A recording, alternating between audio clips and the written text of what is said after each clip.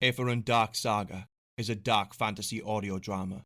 It contains themes of violence and is intended for a mature audience. Listener discretion is advised.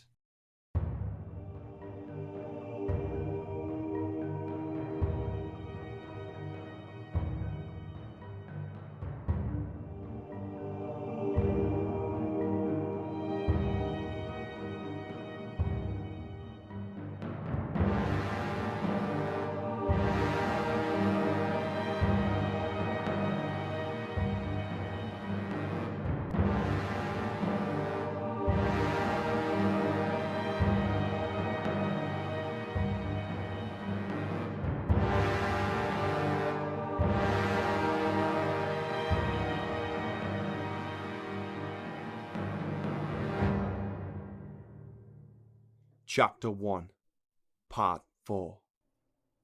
Sigmir. Struggling to keep awake, Sigmir forced himself to sit upright in his bedding. The night was mild, as it had been for many moons now, yet mild here in the Venishlands meant it was still freezing. Tonight, it was Sigmir's turn to keep the home fire burning, and any real rest would have to wait till morning. Without looking, he placed another twisted branch of firewood upon the blaze, his eyes never leaving the pages of the book he'd acquired from outside means. Every night since he'd traded the item, he'd been excited to sit in secret and peer at the depictions of creatures and places he could only imagine. He longed to understand the collection of symbols upon each page, or writing as it was so called, but without a teacher, he would never comprehend their meaning. The Ven did not read, the Ven did not write, and he was no different. Yet, this was a chance to experience a culture outside the one he'd been raised in, a culture he would never fully understand, but the urge to feel that connection was ever there. None but Sigmir, his Aunt Brenna and Uncle Gorksel knew of Sigmir's true lineage, for if any in the tribe did, he would be cast aside, an impure half-breed, a mongrel, not a true Ven. His father had been an outsider who had fallen in love with his mother, and who, in turn, had fallen in love with him. Oh, Sigmir, his name was Broken. He was a soldier from Valora, looking to raid the Aethurans in the south. He sought shelter here to recover from wounds. And that is all I know, Sigmir. Why didn't he take me with him, Uncle? Why did he leave me behind? What does a man who has only known fighting his whole life know about raising a child?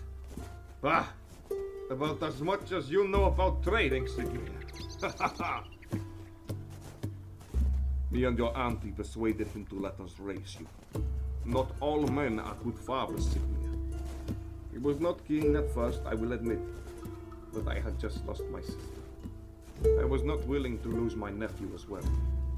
Besides, you may be small, but you have our family's hair.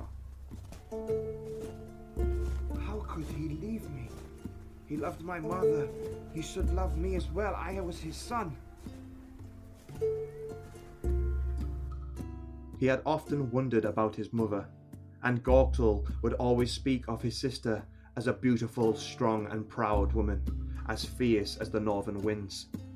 Brenna, on the other hand, would always have something more truthful to say on the matter. Can you tell me of my mother, Auntie? I would like to hear some more about her. There is not much to tell. I had love for your mother as much as I could have for a sister. She was kind in some ways, but foolish. Her heart ruled her head, and she fell in love. She sought to make a life elsewhere, though the gods, they had other plans.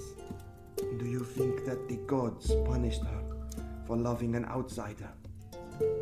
Oh, Sigmir, the gods can be cruel and uncaring, my boy. Yet the real tragedy that your mother did not get to see what a wonderful boy she had given birth to. She would be proud of you, Sigmir. I know this. Me and your uncle are very proud of you. Brenna and Gorksel had raised him alongside their children, never once treating him differently to their own. As the years rolled on, Loholt, who was the couple's eldest, went missing on a hunt and never returned. Then, just a few years later, Luma, their daughter, passed in her sleep, taken by a winter fever, leaving Sigmir their only child. Turning the last page in the vellum-bound book, he lay the tome upon his knees, releasing a breathy sigh. The small woodpile he had gathered, and had been warned by Gorksel would not be sufficient to last the night, had come to its premature end, proving his uncle's words prophetic and true. So now, grumbling and annoyed, he would have to go outside into the cold night and retrieve some more. Stifling a yawn as he stood and stretched, placing his feet back into his leather and fur boots, he tied the hide strappings tight. As he bent over, the amalite pendant fell out from his tunic, spinning slowly upon the cord, the rainbow colours within glinting in the dwindling firelight. Outside the home, the cold air whipped at his face.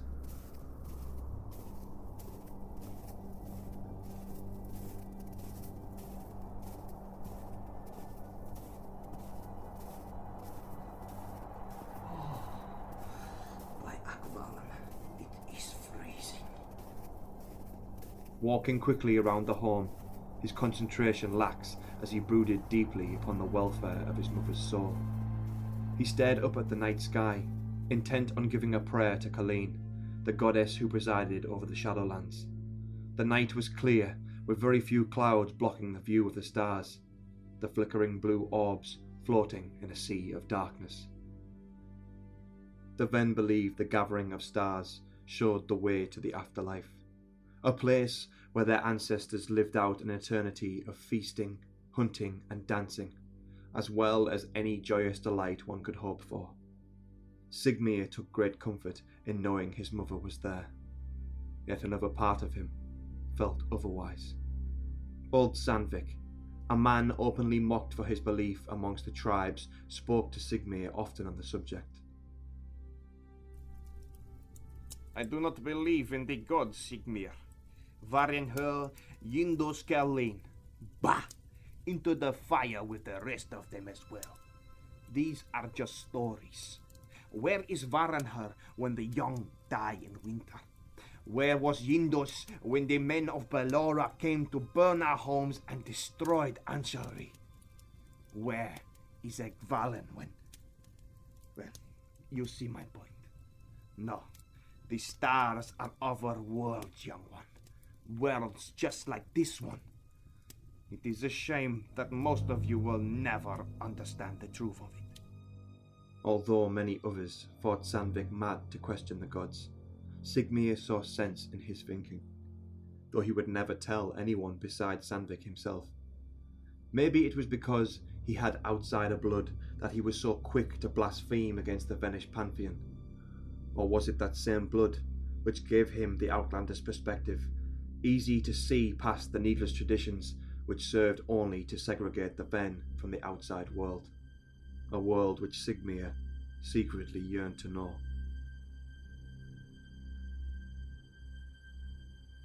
Heaving up the unsteady bundle of firewood, Sigmir headed back to his home, barely walking 10 paces before dropping half of his load. He cursed, squatting down, seeking to pick it all back up, but before his hand reached for the first piece, distant noises in the almost silent night caught his attention. The noise had come from the old temple, the one dedicated to Varenhur, the two-headed wolf god of the wildland hunt. Though it was dark, and the torches that burned near him seemed to obscure his view of the ancient building, he was sure he had glimpsed the door closing. A sudden gust of freezing wind washed over his exposed head and hands. He shivered as the cold seeped in around the back of his neck. The chill urging him to retrieve the fuel and return to the warmth of his home. And so he did, leaving behind what he dropped in his clumsy rush to be picked up on his return journey. Once inside, he fanned and blew on the fire, of which was now little more than glowing embers. All the while, his thoughts remained upon the door of the temple.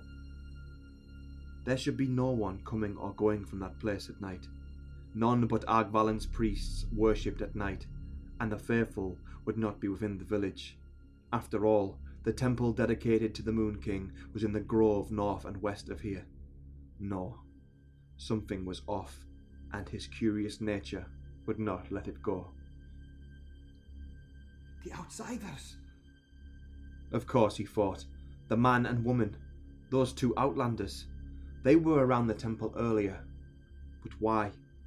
What was special about that old place, beside the obvious? What do outsiders want? Then it hit him. The pelts. By Varanhar, the pelt of Kalal. The ivory wolf fur was said to belong to Kalal himself, the avatar of the wolf god and ancient hero of the Venish folk. It was an artifact of priceless value to the tribespeople, and would surely be coveted by the city folk. And now, this strange pair, this man and his glowing-eyed companion, had come to take it away. His skin goose-pimpled as he thought of their earlier encounter. She had frightened him. Those eyes of hers seemed to dig into his very being, as if searching for something within the young Sigmir. Hand upon his chest, the young man's fingers clutched his new pendant, the talisman which she had held when she stared at him. Nagging curiosity pulled at him. He needed to know, felt compelled to act, but he did not dare wake his uncle and auntie over a small suspicion. Would the guards on the walls not have seen someone breaking into the temple? He could go and look, he supposed. Just take a peek and see the truth of it for himself. He was a great sneak when he wanted to be, much to the disappointment of Gorksel, who saw hiding and skulking in the shadows as a cowardly thing, not a very Ven-like thing to do at all. But then, he wasn't a pure-blood Ven anyway. Smirking to himself, he stacked the fire and quietly made his way out again.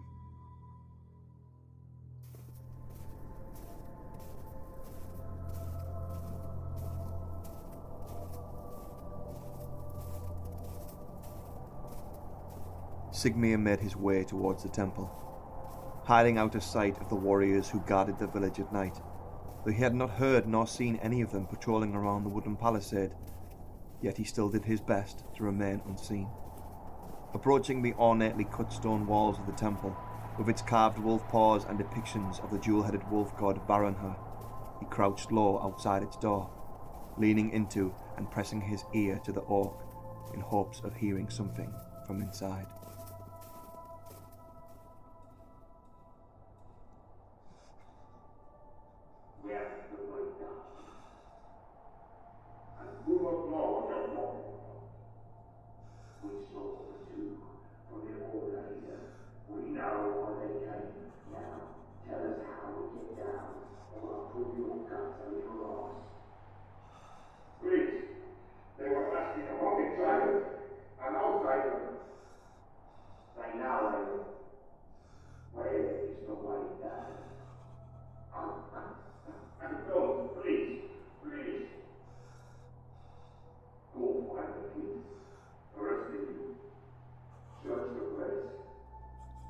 The wind made it hard to make anything out.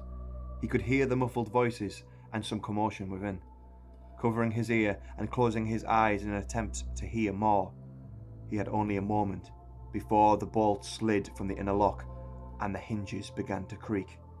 He sprang back, rolling off to his side and slamming his body into the uneven wall, hiding himself in shadow from whoever now exited. He held his breath, desperate to remain unseen as he watched a man step out. Short in height, but wide in shoulder, or so he appeared under the thick dark robe he wore. Sigmir remained unmoving as he observed the man retrieving something from beneath the folds of his garment. A small, disc-like object which he then lay upon the ground. From his far side, Sigmir watched as the man produced a cloth bag. As he pulled it, he saw the bag moving, its contents squirming within. The young Ven slowly released his breath, masking any noise he might make into the shoulder of his furs. His eyes remained upon the man who now reached into a bag, producing a pair of young snakes. Both as dark as the night, they twisted around the man's forearm as he held them. Without warning, the man pulled the snakes apart in each hand, and with unsettling enthusiasm proceeded to bite the heads off each serpent, spitting one out before attempting the next. His heart racing in fear, Sigmir had to stifle a whimper as he watched the man pour the blood onto the disc, reciting foul words as he did so. Ninandayo, Neo Andayo, Vela Mutish Gayana, Voraldornish, Vilandornaya, Valarandaya Mortish. The man's head jerked to one side, and his body seemed to move uncontrollably, as if in the throes of a fit. Convulsing, a choking laugh came forth. Then it passed, and the man straightened. Without a pause, he strode away from the temple, as if nothing had transpired. Scared to stay, but terrified by the notion of being caught in an attempt to flee, Sigmir remained as rigid as the stone around him, watching the man's movements intently as he walked towards the homesteads. He felt his gut wrench as the robed figure stopped near his home. His auntie and uncle were sleeping. He could not warn them. He felt a sudden tiredness come over him. All he wanted to do was lay down and close his eyes, but fear alone kept him upright. The man then turned, his hand held out wide before him, his fingers spaced like a flattened spider. It was then Sigmir saw his face. He was one of the Outlander traders from earlier that morning. Except now, the man's eyes were white and pupilless, blood trickling from both his eyelids, leaving trails of red across his cheeks and wispy grey beard, which now seemed to glow as he walked past the brazier. The torch flames revealing dark markings in his skin which had not been there before. Not when he had asked for the Tarvan fox hide, and not when he had traded him the pendant. Oh, Aqualan, save me. He could do nothing. He could not move, yet he wanted to run and flee. He wanted to void his bowels, but he was numb, frozen and unmoving. Sigmir could only watch, his eyes wide with fear as the man approached. A sickening smile spread across his bloody lips. Ah, there you are. Were you trying to hide? Oh, look at you, weak as a newborn. That's just how I like 'em. Come on your feet. You're the guest of honor. Can't keep everyone waiting. Tears rolled down Sigmir's face as he was hauled up to his feet and dragged inside the temple. He tried to protest, but the man's hand over his mouth was enough to silence him to all but those nearby. Looky here, Aethuran. Our friend was outside all along. Well, how's about that? Thou must be loved by the Eternal. Because not only have you got the child, but I found the way down as well.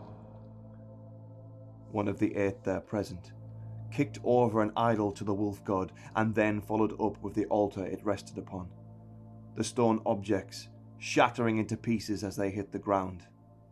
Now, no longer hidden beneath the temple's artifacts, 2 slabs of intricately engraved stone were revealed, markings which looked alien to Sigmir encircled 2 central brass orbs. Well, who would have guessed it, eh? Who would have guessed that it would be under a temple dedicated to some dirty, flea-pissing hound? Do these savages not know that wolves eat people? That's the whole point, isn't it? You fucking idiot. That's why it was hidden here. Drellin, bring the kid over. I'll watch him. You can dig. What? Jeroff put me in command here. You got a problem with that? Right. Well, shut your mouth and grab the pickaxe. Sigmir's head swirled. He could have sworn the room was spinning. He wanted to vomit, his eyes wandering inside the temple, praying for an escape. That was when he saw the high priest, his eyes devoid of life and as wide as his open mouth, a tormented death mask for a face. Bloodied hands clutching an opened wound across his belly as he sat slumped in a pool of his own blood. Not far from there, 2 initiates lay bent across a table. The female of the two, her throat slit and her rear, naked and exposed, covered in bruises, scratched and bloody. Her male counterpart had seen equal treatment, his genitals now little more than a gore-filled wound. Sigmir was enraged at the sight, but he could do little more than wriggle feebly in Aelin's grasp. Oh, are you alright there, little one? You look terribly ill. Do you need some medicine? You could have had some if you didn't train everything for that pretty bauble round your neck. Oh, but you just had to have it, didn't you? We never have found him without it, Aelin. Oh, I was saving that for a surprise. Ah, well, you might as well know then. The reason we gave you that shiny bit of tat. Oh! A blast of energy, unlike anything Sigmir had been witness to, shattered the doors of the temple, erupting in an explosion of raw power. The very foundations of the temple shook, and pockets of dust fell from above. Sigmir grunted as he hit the ground, the stone slab coming up to meet him as Aelin loosed his grasp, his eyebrow splitting upon impact. Through the trickling blood, he stared at the temple's entrance. Billowing clouds of grey smoke akin to a bonfire now filled the much wider doorway. Slowly, 2 figures came into view, both tall and both alive. No other features could be made out, except for one. You could not mistake the light of those eyes cutting through the dissipating smoke.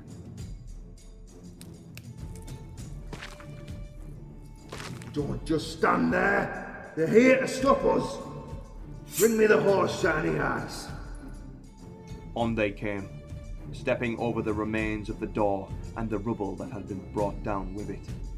The man took the lead, hands gripping hilts of 2 short swords, the steel of his blades reflecting the emerald light which surged in electrical arcs from his female companion's fists. The woman, in her other hand, held aloft a rod of shining metal.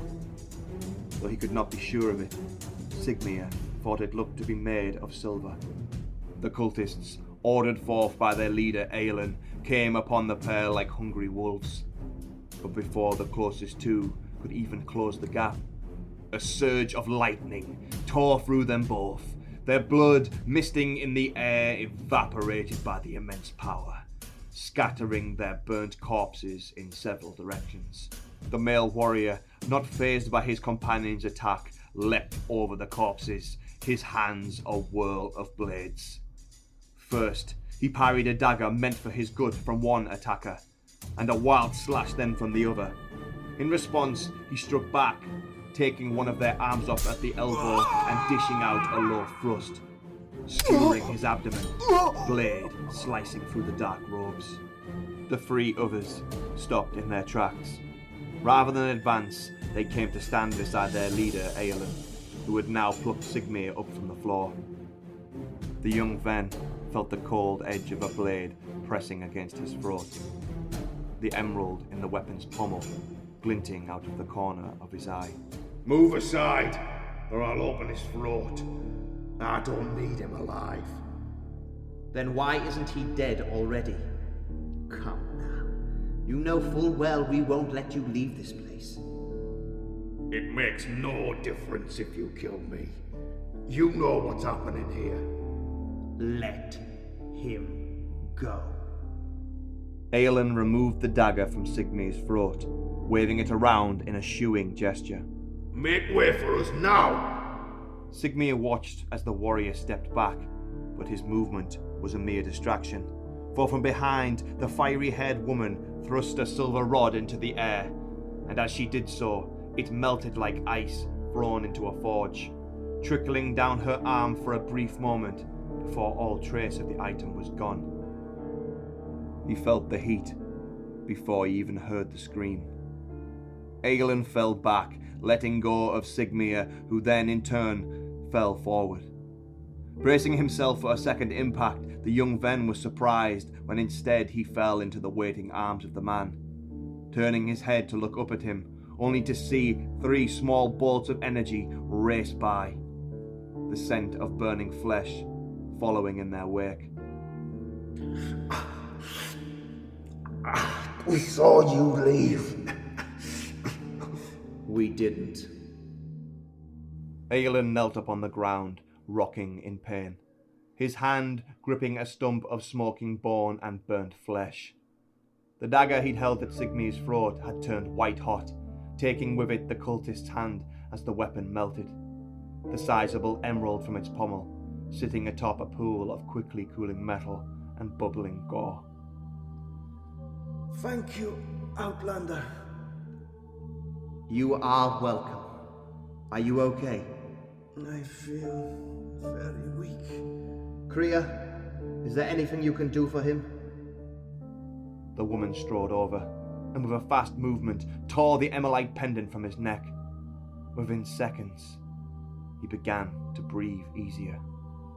Can you walk, boy? I do not think so. You need to get up. We need to get out of here right now.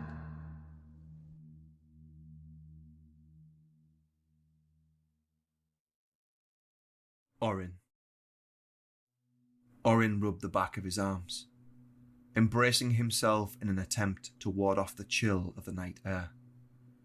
The silence around the camp, broken only by the crackling of the campfire burning amidst its makeshift confines. The nighttime symphony of nocturnal animals was notably missing, making the dark hours amongst the woodland all the more unnerving. Orin had been to some weird and strange places, witnessed things he wished he could forget, yet this region of the Shalewood had made his skin crawl. Tipping his head slightly, he looked over the top of his wineskin as he drank. All around him, the dead trees bathed in the orange glow of the firelight, the skeletal branches appearing nightmarish in their elongated shadows. What's that you say? Have some more wine, Orin. Drink a little bit more of that sweet red. That'll help you nod off. Well, don't mind if I do. Cheers.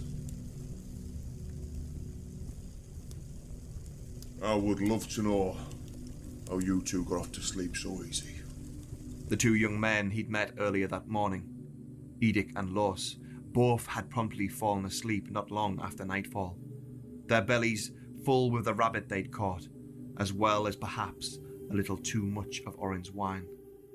With the pair being little over 13 winters at most, the hunter from Verla Glaz had assumed an elder's responsibility over them, much to the annoyance of Los. Right, lads. I've set up some tripwires around the camp. There's traps dotted out there as well, covered over with leaves, and they're hidden well. So if you need to take a piss, or the other, you need to do it over there. Last thing you want to be doing is squatting down over a bear trap. Great. So now we're stuck. Thanks for that. Listen, you'll be safer here than you would be at home. Just relax. Here, have a sip of this. Orin, have you hunted wolves before? Wolves? Aye, lad. More than the counting, that is for sure. If I'm honest though, this doesn't seem like a wolf's doing. The pack animals, you see. Very rarely are they alone. They often steer clear of people as well. But they do get desperate when food is scarce, so who can say? Well, I know for a fact it's a wolf. Alright, and how's that then? I've seen it. Big it was. Black fur. Yellow eyes. I saw it outside these woods. It ran off when I came though. It's why we're in here, to track it down. Black fur, eh? Yeah. What's it to you? You are nosy, aren't you? Why don't you just piss off? We don't need your help, old man. Hey, if it ran off after seeing you, well, I might need your help, lad. You might not want his help, Los, but it's my sister who got taken, not yours. I want Orin's help. Why don't you piss off instead? We were doing fine before he came along. You lost the polecat, and all you keep going on about is that grove. Edict, let's just leave it there then, eh? Not a wolf in sight. Besides, are you saying you're a better hunter than he is? Okay. Forget about it. What grove's that then? One where the old crone's supposed to live? Yeah, from the story. No, it's a different one. I'm sorry, Orin. I'm just tired. Let's get this food eaten, eh? Hey, it's alright. I know how it is. The dawn came all too early for Orin. Woken by the feeble rays of sunlight which glowed orange through his closed eyelids, he stretched and yawned, his feet moving up and down his bedrolls as if doing some slow-motion jig. He recoiled in pain as yet again his shoulder caused him trouble. Oh, I wish this thing would bloody heal. Edic! Los! Boys! Where are you, lads? Edic! Reaching behind his makeshift pillow, he grasped for his wineskin. The fire had died during the night, and what remained was charred black pieces, the ash floating off, tempted away by the slight breeze. Abruptly, Orin froze in his movements, holding his last intake of breath in the process.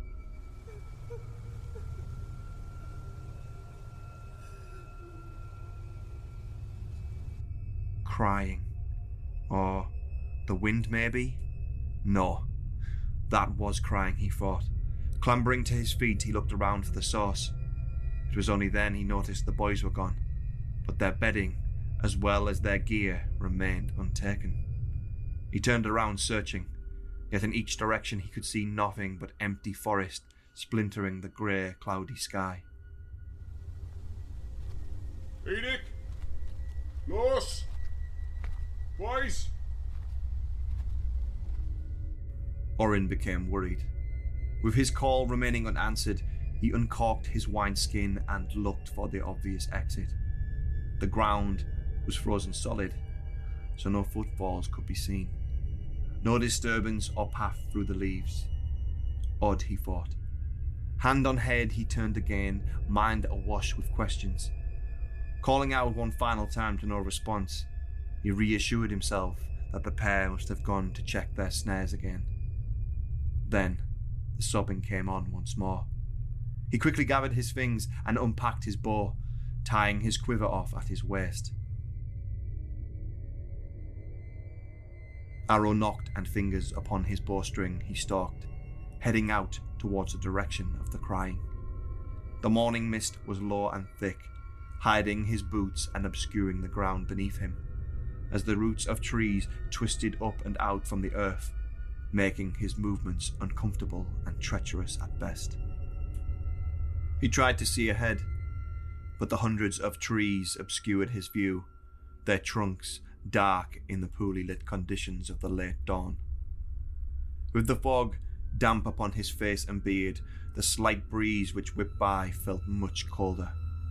His eyes were drawn upwards by a sudden movement, though he could not find whatever had drawn his attention amongst the lifeless canopy of dead branches. Where are you, lads? Edic! Los! Halting and killing off the noise of the leaves which rustled underfoot, he stood and listened, waiting, holding his breath. Nothing. Then just as he began to start again, he froze. There it was. The wail-like sobbing in the distance. Yet it seemed to him like it was coming from the west this time, and not from the southerly direction he'd been taking. Changing his course with a mild frustration, he quickened his pace. It was not long before he came upon an incline, high-rising but fair and gradual. Its frozen mud banks were almost bare of the leafy carpet that swamped the rest of the woodland. The soil was darker here too, and the trees seemed to all lean away from the summit as if something had pushed them away. Feeling the strain, Orin stopped halfway.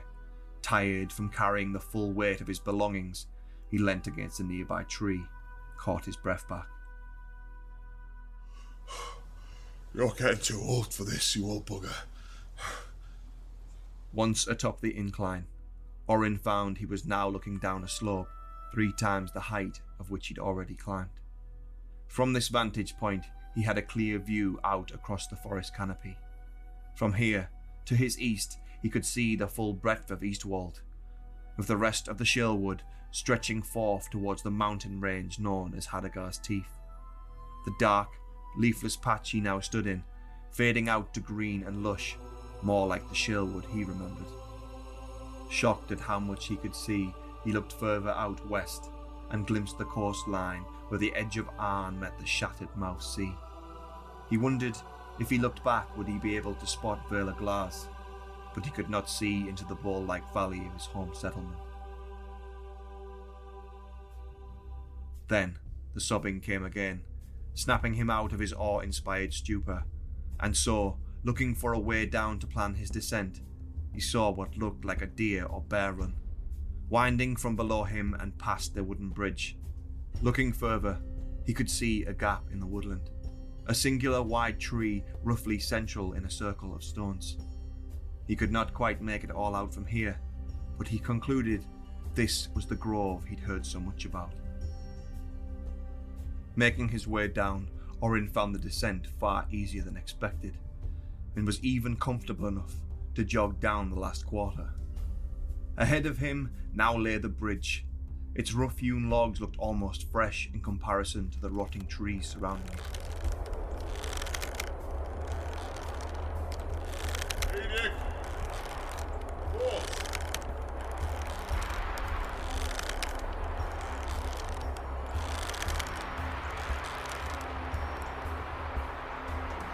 What am I doing? This is fucking stupid.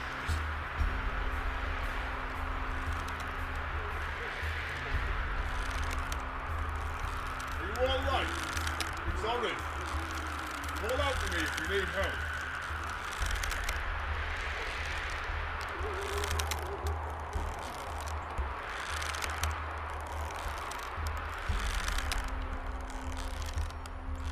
On the other side, the land seemed blanketed in a low-lying cloud. Much like the morning mist he'd passed through earlier, only far bigger in height and much more dense. It seemed to roll out from the woodland, cascading down and into the gorge. The wind howled through the gaps below, sending the bridge into a swaying motion.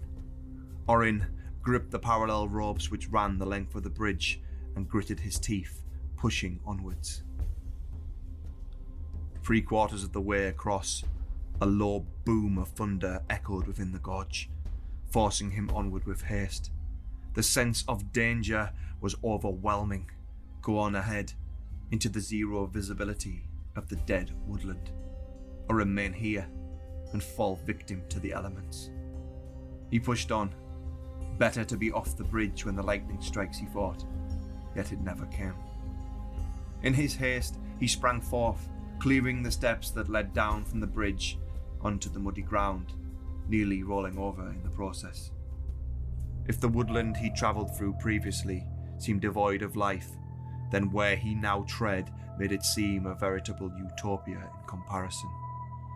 The ground was coated in what appeared to be ash, grey and black in clumps which crunched quietly under his boots. No undergrowth at all here, just burnt and black, skeletal remains of what had once been a green and bountiful forest. The mist was rising and coming in thicker than before. As he walked, he became enveloped by it, feeling the moisture upon his skin cool and wet, his furs becoming damp. Orin could barely see ahead of him.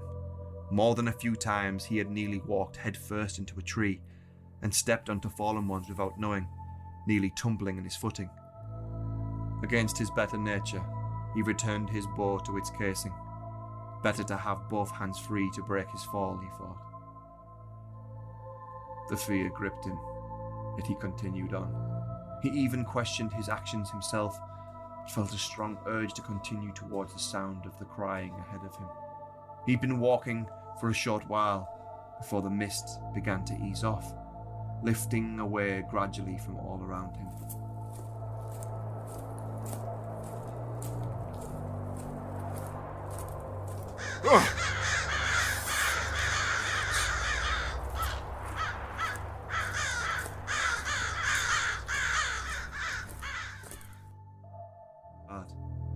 Unable to see the birds, he continued on into the clearing, passing by a large upright boulder, strange markings cut deep into its rock face. It was only then did he realise he'd been treading upon the very ground that made up the grove. The stones were much larger up close than he'd reckoned. Roughly chest height, they formed an uneven circle around one of the widest trees Orin had ever laid eyes on. Split by lightning many years past, the immense trunk had survived, as well as a singular thick branch which now stuck out from its girth. The hunter stalked around the tree slowly, moving as quietly as he could, his left hand holding his quiver to stop any noise from the arrows. The cawing grew louder, as well as the flutter and flapping of wings. As he proceeded, the blood drained from his face. His mouth fell open in abject horror as he finally saw why the birds had gathered. The black-feathered beasts tore at flesh, pecking and ripping it away. A gorged and bloody mass hung upside down from the face of the tree trunk, held in place by thick iron nails. Through its limbs, the body, small, semi-naked, and without fingers. A mask of blood dripping from the ridge of the chin belonging to the youthful face. It was Edic. A gash from ear to ear had been torn into the young man's throat, tearing out his windpipe. Orin struggled and ultimately failed to hold his stomach contents. The boy's eyes were gone. The cuts which had separated the fingers were uneven and shoddy, reminding him of a butcher in training, failing to separate the meat from the bone. Orin wiped his mouth dry with the back of his arm and looked away. As he suspected from the start, this was no wolf's doing, or if it was like no wolf he had ever seen before, or cared to. No. Like all of the most vile and depraved acts, this was done by the hands of men. Doing his best to scare off the carrion birds, he looked for a way to get the boy down, yet the nails were drove in deep. As he stood closer, he saw the trunk of the tree was hollow inside. Curiosity pulled hard, and he peered in. Near full to the brim, the hollowed-out trunk was packed with small bones, each clean of gore, some clearly a lot older than others. Amongst the endless cache of small bones, he spotted the face of a small skull, belonging to an infant of little more than a year old. A large hole above the left eye socket, casting light on the demise of its owner. The sight turned his stomach again, and as he leaned out to retch, he felt a sudden thump. The blow sending him to his knees, he slid down the suspended body on the tree, covering himself in the blood. The old hunter raised his hands in a pitiful attempt to defend a second blow. Two men draped in dark and dirty robes, with small rib-like bones sawn into the fabric, now reached for him. Struggling and protesting, Orin fell silent as he looked into the face of his assailant. The robed men pinning him hard to the ground. His eyes wide in disbelief, he watched as a murderous-looking blackjack rose into the air. What? Wait! The world went black for Orin. Well done, young man. My Lord Catalan will be pleased by our progress here. Now, return to the village and await my calling. At once, Jeroff.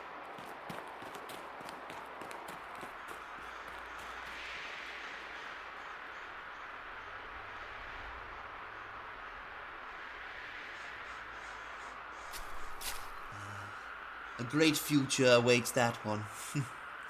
As for you, perhaps you should have got into the mining business after all.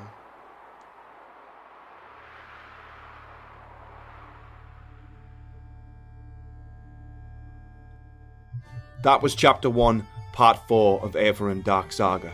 You can support the podcast by leaving a rating or review on iTunes, Podchaser, Stitcher, Castbox, or wherever you listen to podcasts. A Patreon is coming with exclusive additional content for its subscribers, so be sure to head over to the page to check it out. Come join me on Twitter for the latest news and episode announcements at Aethuran Podcast, all one word. All music in this episode was by Kevin MacLeod of Incompetech.com.